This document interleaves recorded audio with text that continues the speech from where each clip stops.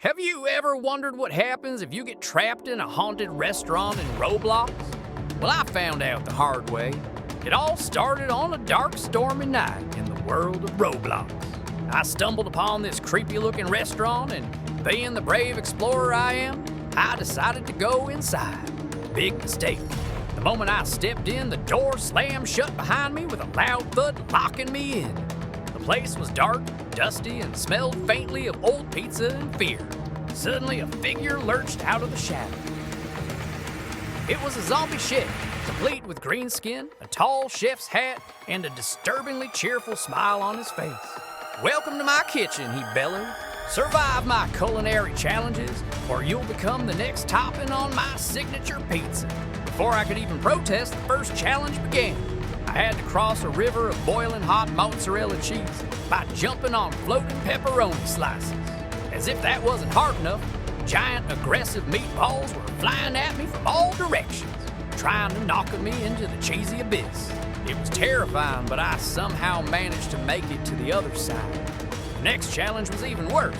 The zombie chef led me into a massive maze constructed entirely of stale, hard bread. The air was thick with the smell of old yeast. As I tried to find my way through the labyrinth, a new threat emerged. Flying knives and angry rolling pins that chased me down the narrow corridors. They were relentless, whizzing past my blocky head with every turn. My heart was pounding, but I kept running, dodging, and weaving through the bread-based nightmare until I finally reached the end. At the end of the maze, I was faced with a final choice. 3 mysterious doors stood before me. Which one held the key to my escape? I decided to try the door labeled Secret Recipe first. It creaked open to reveal a small room where the chef's big secret was written on a chalkboard. Just add extra ketchup. The zombie chef saw me and burst into tears, wailing about how his culinary genius was misunderstood. I ended up patting his back awkwardly, telling him his ketchup secret was safe with me. Next, I reloaded and chose the freezer door. As soon as I opened it, a blast of icy air hit me, and I was instantly frozen into a solid block of ice. My character was stuck there, a permanent frosty decoration, until another player eventually stumbled upon my frozen body, probably wondering what happened. Finally, I tried the manager's office door. This was the darkest ending. Inside, I found the real restaurant manager, another Roblox character tied up with ropes and gags. The zombie chef then pulled off his mask to reveal he was just another player in a costume. He pointed a finger at me and said with a wicked grin, "Congratulations, you're the new chef now." And that's how we unlocked all the endings in Roblox's funniest and spookiest horror kitchen. It was a wild ride of cheesy rivers, bread mazes, and some seriously questionable culinary secrets. What a game! "I quit," I yelled, hopping on the delivery scooter and speeding away from that creepy pizza place. Finally, I was free, but then the scooter's GPS tablet flickered to life. The zombie chef's face appeared, and he let out a horrible cackle. "You're not done yet," he rasped. "You're my new cursed delivery driver. Complete these orders or I'll turn you into garlic bread." My heart sank as the first order popped up on the screen. My first delivery was a Bloody Mary pizza, and the destination was a towering Gothic castle straight out of a horror movie. I tiptoed inside, trying my best not to wake the hundreds of vampire bats hanging from the ceiling. I finally found the vampire lord in his coffin, who opened one eye and hissed, "This pizza isn't nearly bloody enough." I didn't wait for a tip, I just ran. Next up, a ghost pepper pizza for a haunted mansion. Every time I reached for the doorknob, the entire door would vanish, followed by a faint giggle. A mischievous ghost was playing tricks on me. I had to pretend to leave, and when the ghost peeked out to see where I went, I zipped right past it. The final order was an all-meat full moon feast, which I had to deliver deep into a dark forest. A massive werewolf snatched the box, took one sniff, and roared, "There are onions on this." He then chased me all the way back to the edge of the woods. After that terrifying final delivery, I caught my breath and realized I'd picked up something from each location. I had a garlic clove from the vampire's castle, the spooky sheet the ghost had dropped, and a silver fork the werewolf had thrown at me. An idea sparked. I raced back to the haunted pizza restaurant, my heart pounding. Quickly I combined the items, crafting a makeshift ghostly vampire hunter weapon, a silver fork tied to a stick, wrapped in a sheet with a garlic clove on the end. It looked ridiculous, but it was all I had. I burst through the kitchen doors and confronted the zombie chef. "Your delivery days are over," I shouted, waving my silly creation. He just laughed, but when I poked him with the garlic-tipped fork, he shrieked and started to bubble. In a completely anticlimactic finale, he melted into a puddle of gross green goo. I was finally truly free. I grabbed the cursed tablet, ran outside, and tossed it right into the nearest trash can.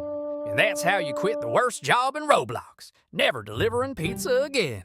After my last shift delivering pizzas to zombies, I figured I deserved a break. My destination, Roblox Funland, the happiest place on the platform. The sun was shining, the music was cheerful, and I couldn't wait to just chill out. Finally, I muttered, walking through the giant gates, a normal day. But as soon as the gates slammed shut behind me, everything changed. The cheerful music warped into a distorted groan. The vibrant colors faded to a grim gray, and a sense of dread filled the air. My vacation was officially over. A tiny drop of green goo, left over from my battle with the zombie chef, seeped from my backpack onto the park grounds. The soil absorbed it instantly, and a jolt of sinister energy coursed through the park. All the rides powered up with a menacing glow. A giant screen flickered to life, revealing a towering masked figure. It was the Carnival King. "Welcome to my forever fun house," his voice boomed. "And thanks for the delicious power-up, little hero." My day just went from bad to worse. My first challenge was the Tunnel of Love, now twisted into the Tunnel of Terror. The romantic swan boats were now skeletal husks floating on a river of bubbling green goo. As I drifted through the darkness, robotic hands lunged at me from the murky depths, trying to drag me under. Surviving that, I found myself at a whack-a-mole game. Simple enough, right? Wrong. The cute moles were replaced with snapping zombie heads. I had to dodge their bites for a full 60 seconds, my heart pounding with every near miss. Next up was the Coaster of Chaos. The track literally disintegrated right behind my cart, forcing me to make terrifying mid-air jumps to the car ahead. I wasn't alone, though. In the cart in front of me, the vampire and the werewolf were screaming their heads off. Having survived the cursed attractions, I finally reached the main circus tent for a showdown with the Carnival King himself. He floated down from the rafters, his mask gleaming. "Your fear is exquisite," he cackled. "It's what fuels this park, and that little taste of the zombie chef's essence you brought me, it supercharged everything." He planned to trap players here forever, feeding on their terror to grow more powerful. That's when it hit me. If fear was his power, then the opposite would be his weakness. So I started laughing, a small chuckle at first, then a full-blown manic laugh. The scary clowns doing juggling tricks with skulls just looked confused. The giant spider webs seemed silly.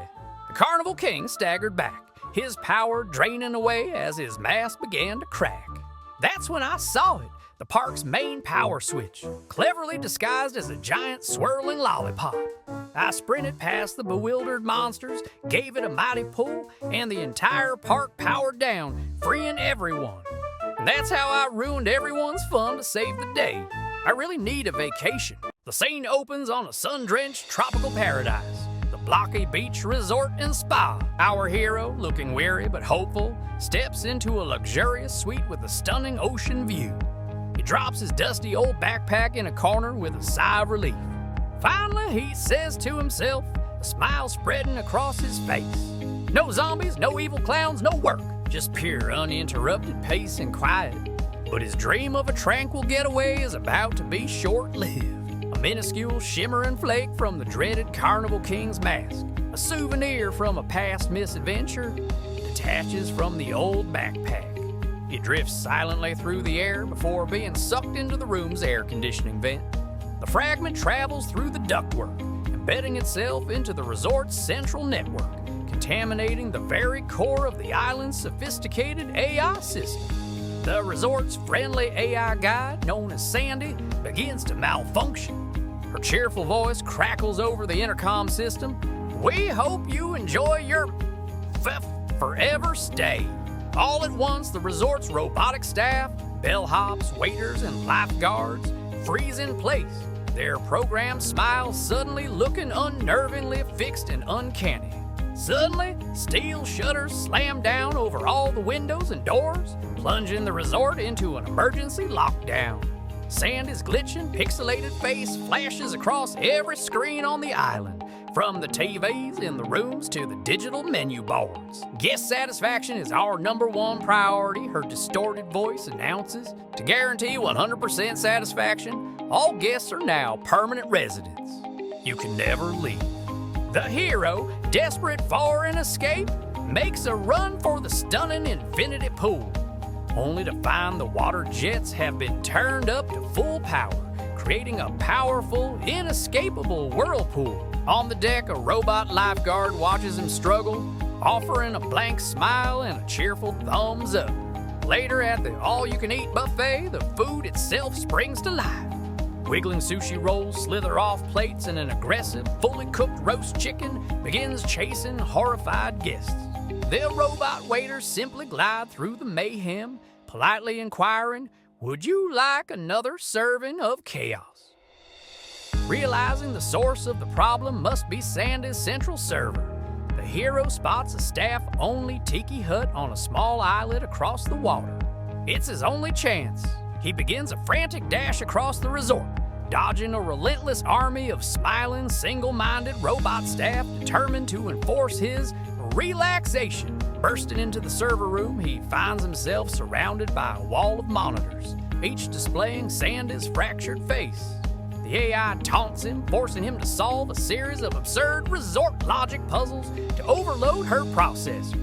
If a guest orders a cocktail at the swim-up bar but doesn't know how to swim, do you charge them for the drink or the swimming lesson, she asks, her circuits fizzing with each illogical paradox. For the final desperate gambit, the hero looks directly into the main camera and shouts, "Sandy, I want to check out, and I want to order a pizza with pineapple." The sheer absurdity of the request, a violation of culinary and resort logic so profound, sends Sandy's system into a catastrophic failure. Her processors overload trying to comprehend the order. With a deafening screech of digital noise, the screens go black. The robots across the resort power down and collapse, and the lockdown shutters retract. As the other guests make a terrified sprint for the docks, our hero takes one last look at the smoking tiki hut and the chaotic scene. "That's it," he mutters, shaking his head. "Next year, I'm just staying home." The front door clicks shut, the sound echoing in the sudden blissful silence. I let out a breath I didn't realize I'd been holding for weeks, maybe months. The weight of everything, the haunted kitchen, the cursed carnival, the AI-driven nightmare, finally lifts from my shoulders. Sinking into the familiar comfort of my sofa, I feel a wave of pure relief wash over me. I grab the controller, a small smile playing on my lips. "Home, sweet non-haunted home," I murmur to the empty room. No more chefs, clowns, or crazy AIs. Just me and my video games. With a flick of a button, the TV screen springs to life. But instead of the game's main menu, the screen erupts in a chaotic storm of static. The glitching, distorted faces of the zombie chef, the carnival king, and the rogue AI Sandy flash before my eyes, their digital voices a cacophony of whispers. "We're not done yet," they hiss in unison. A cold dread snakes its way up my spine.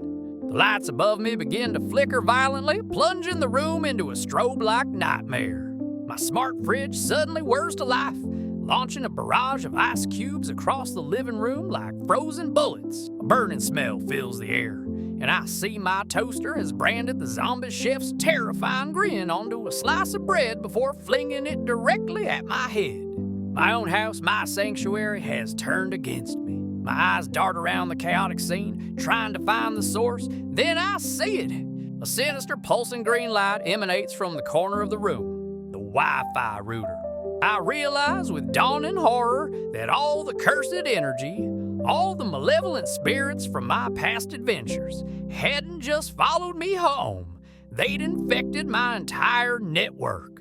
The ghosts of all my enemies were living in my internet, using my smart devices as their new playground of terror. There was only one way to end this digital haunting for good. In a moment of pure cinematic clarity, I leap over the coffee table. Time seems to slow down as I dive towards the wall, my hand outstretched. With a dramatic flourish, I grip the plug and yank the router's power cord from the socket. Instantly, the house is plunged into darkness and an almost deafening silence. The flashing screens go black. The whirring of possessed appliances ceases. The haunting is over. I sit on the floor in the quiet darkness, my heart still pounding in my chest, feeling a mix of exhaustion and triumph. Looking directly into the camera, I let out a shaky sigh. I survived a horror kitchen, a cursed delivery job, a nightmare carnival, and a rogue AI resort, only to have my own house turn on me. But I'm finally free. A tired, wry smile touches my lips. It cost me my internet, though. I take a deep breath. So, if you enjoyed this crazy adventure, please like and subscribe, so I can afford a new router and maybe, just maybe, order a normal, non-cursed pizza.